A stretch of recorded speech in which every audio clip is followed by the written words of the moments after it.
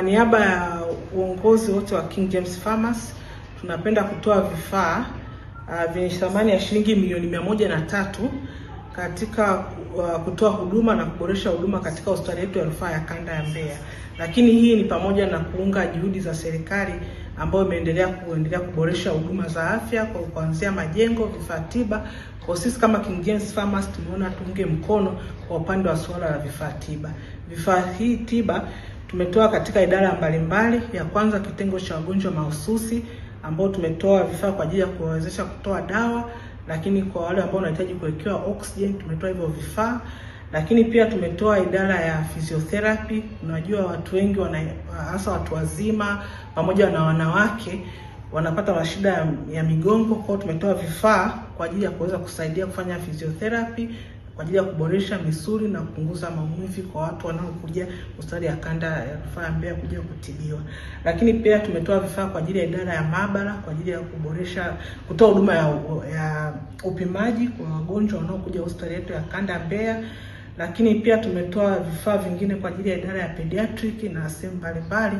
Kwa hiyo sisi tunawashukuru sana na tumetoa shukrani yetu kwa jamii, na pia tumeunga juhudi ya wanawake ambao wanaendelea pia kutoa hapa huduma hospitali ya rufaa ya kanda Mbeya. Leo hii sasa tunaungwa mkono na pharmacy ya King James kwa kutoa vifaa tiba vya maeneo mbalimbali, kuanzia idara ya physiotherapy, upande wa wagonjwa wanaohitaji uangalizi wa karibu yani ICU, watoto na kadhalika. Vifaa ambavyo tumeambiwa hapa na wote tunaviona vina jumla ya thamani ya shilingi milioni 103. Kwa kweli ni muujiza kwetu, na tunapenda kushukuru sana kwa mchango na zawadi hii, na sisi tukiahidi kwamba tutavitunza na kuhakikisha vinatumika ipasavyo katika kuwahudumia wagonjwa tunaowapokea.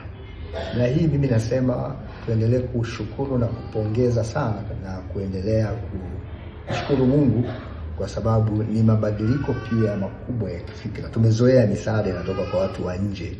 Unasikia kutoka sijui kwa wazungu, kutoka kwa sijui watu gani, lakini tunaanza kuona ndani ya nchi yetu taasisi, wadau mbalimbali ambao ni wazawa wakiona haja ya kutoa sadaka zao na michango yao katika taasisi za afya na CCM za Darech tukiwepo.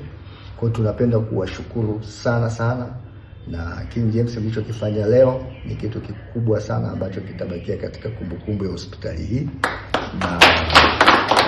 na kwamba kila mgonjwa atakayehudumiwa kupitia vifaa hivi tunaamini atamshukuru Mungu na zile baraka zitakuja kwenu pia pamoja na uzao wenu. Kwa hiyo tunawashukuru sana, na tutumie fursa hii kuendelea kuhamasisha. Naitwa Petro Fraseme, muuguzi mkuu wa hospitali ya rufaa ya kanda ya Mbeya.